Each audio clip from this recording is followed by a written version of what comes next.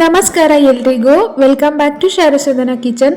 ಹಬ್ಬ ಹರಿದಿನಗಳಲ್ಲಿ ದೇವರಿಗೆ ನೈವೇದ್ಯಕ್ಕೆ ಅಥವಾ ಯಾವುದಾದ್ರೂ ಸ್ವೀಟ್ ರೆಸಿಪಿ ತಿನ್ನಬೇಕು ಅಂತ ನಿಮ್ಗೇನಾದರೂ ಅನಿಸ್ದಾಗ ಈ ರೀತಿ ಸ್ವೀಟ್ ಪೊಂಗಲ್ ರೆಸಿಪಿನ ಖಂಡಿತವಾಗ್ಲೂ ಟ್ರೈ ಮಾಡಿ. ತುಂಬಾ ರುಚಿಯಾಗುತ್ತೆ, ಹಾಗೆ ತುಂಬಾ ಕ್ವಿಕ್ಕಾಗಿ ಆಗುತ್ತೆ ಕೂಡ.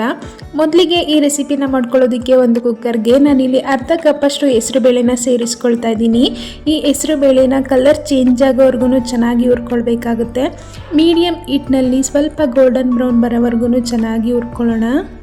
ಈ ರೀತಿಯಾಗಿ ನೀಟಾಗಿ ಹುರ್ಕೊಂಡಿದ್ದಾದ್ಮೇಲೆ ಇದರೊಟ್ಟಿಗೆ ಒಂದು ಕಪ್ಪಷ್ಟು ಅಕ್ಕಿನ ಕೂಡ ಸೇರಿಸ್ಕೊಂಡು ಎರಡರಿಂದ ಮೂರು ಸಲ ಚೆನ್ನಾಗಿ ವಾಶ್ ಮಾಡಿಕೊಂಡು ಅಕ್ಕಿ ಬೇಳೆ ಬೇಯೋದಕ್ಕೆ ಬೇಕಾಗಿರುವಷ್ಟು ನೀರನ್ನು ಸೇರಿಸಿ ಮುಚ್ಚಳನ ಮುಚ್ಚಿ 2ರಿಂದ 3 ವಿಜಲ್ ಕೂಗಿಸ್ಕೊಳ್ಳೋಣ. ಈಗ ಇನ್ನೊಂದು ಕಡೆ ಒಂದು ಪಾತ್ರೆಗೆ ಒಂದು ಕಪ್ಪಷ್ಟು ಬೆಲ್ಲನ ಸೇರಿಸ್ಕೊಂಡು ನೀರು ಹಾಕಿ ಈ ಬೆಲ್ಲನ ನೀಟಾಗಿ ಕರಗಿಸ್ಕೊಳ್ತಾ ಇದ್ದೀನಿ.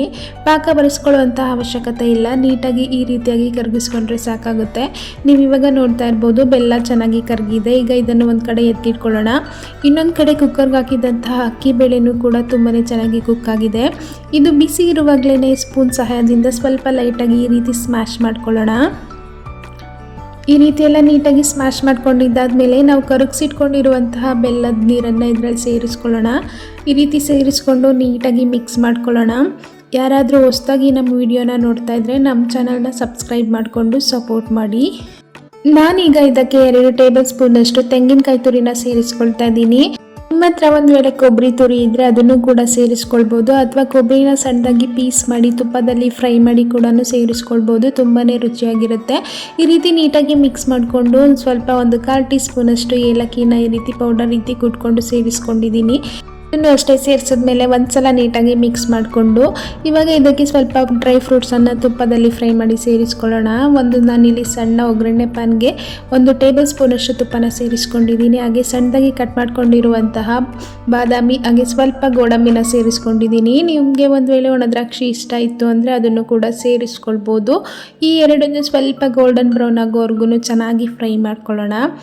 ನೀವು ನೋಡ್ತಾ ಇರ್ಬೋದು ಇದು ತುಂಬಾ ಚೆನ್ನಾಗಿ ಫ್ರೈ ಆಗಿದೆ. ಈಗ ಸ್ಟವ್ ಆಫ್ ಮಾಡಿಕೊಂಡು ಇದನ್ನು ಅಕ್ಕಿ ಬೇಳೆ ಮಿಶ್ರಣದ ಜೊತೆಗೆ ಸೇರಿಸ್ಕೊಳ್ಳೋಣ.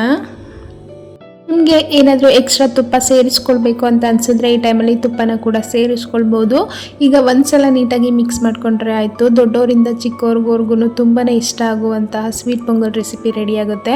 ಖಂಡಿತವಾಗ್ಲೂ ನೀವು ಈ ರೆಸಿಪಿನ ಒಂದ್ಸಲ ಟ್ರೈ ಮಾಡಿ, ಹೇಗೆ ಬಂದಿತ್ತು ಅಂತ ಕಮೆಂಟ್ ಮಾಡಿ ತಿಳಿಸೋದನ್ನು ಮರಿಬೇಡಿ. ನೀವಿಲ್ಲಿ ಇದ್ರ ಜೊತೆಗೆ ಸ್ವಲ್ಪ ಹಾಲನ್ನು ಕೂಡ ಸೇರಿಸ್ಕೊಳ್ಬೋದು, ತುಂಬಾ ರುಚಿಯಾಗಿ ಬರುತ್ತೆ. ಹಾಗೆ ಈ ವಿಡಿಯೋ ನಿಮಗೆ ಸ್ವಲ್ಪನಾದರೂ ಇಷ್ಟ ಆಗಿದ್ರೆ like, share, comment and subscribe ಮಾಡಿಕೊಂಡು ಸಪೋರ್ಟ್ ಮಾಡಿ.